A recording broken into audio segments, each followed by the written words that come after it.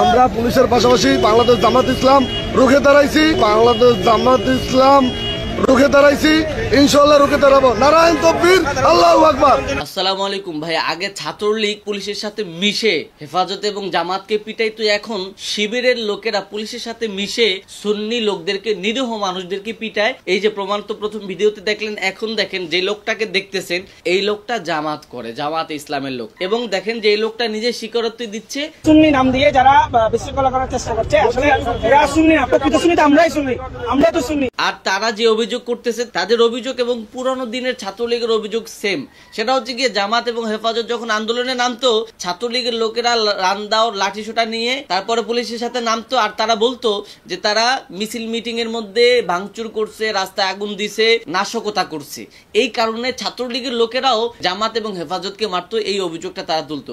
Same তেমনি ভাবে শিবিরের লোকেরা এখন সেম অভিযোগটা তুলতেছে এবং তারা বলতেছে যে সুন্নিরা যারা এখন মানে রহিস হত্যার আন্দোলন করতেছে, তারা নাশকতা করতেছে, তারা ভাঙচুর করতেছে, তারা নাকি বোম ফুটাইতেছে। এগুলো কিন্তু আমরা জানি ভাই।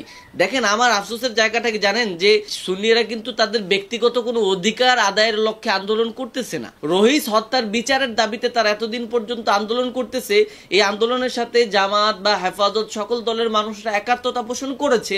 সেই জায়গার মধ্যে শিবিরের ছেলেরা তারা পুলিশের সাথে মিশে সুন্নি নিরীহ মানুষদের উপরে নির্যাতন করতেছে।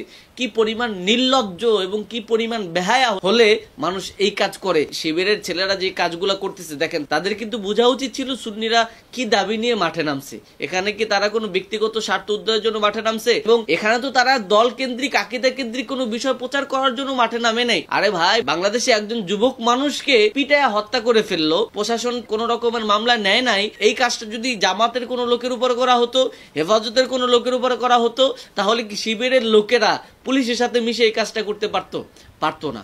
এখন আমাদের কথা কি জানেন, আমাদের কথা হচ্ছে কি যে বাংলাদেশে আমরা যাদের কি মনে করি যে ভালো, আসলে যারাই মাজলুম থাকে এরা পরবর্তীতে জালেম হয়। এটা একটা প্রমাণ দিল এই শিবিরের লোকেরা। একটা সময় এরা মিছিল মিটিং করতে পারতো না, বাংলাদেশে তারা নিষিদ্ধ ছিল। এখন তারা বাংলাদেশে অথরিটি পাইছে, এখন অন্য দলের উপরে তারা জুলুম করে, নির্যাতন করে। এর চেয়ে আর বড় কিছু হতে পারে না, আর আমাদের এর চেয়ে আর বড় আফসোস হতে পারে না। আমার কথা হচ্ছে কি, জামাতের যারাই আমার এই ভিডিওটা দেখবেন, আপনাদেরকে বলবো শিবিরের এই চেলাগুলাকে আপনারা কি করেন, দমান, এদেরকে থামান।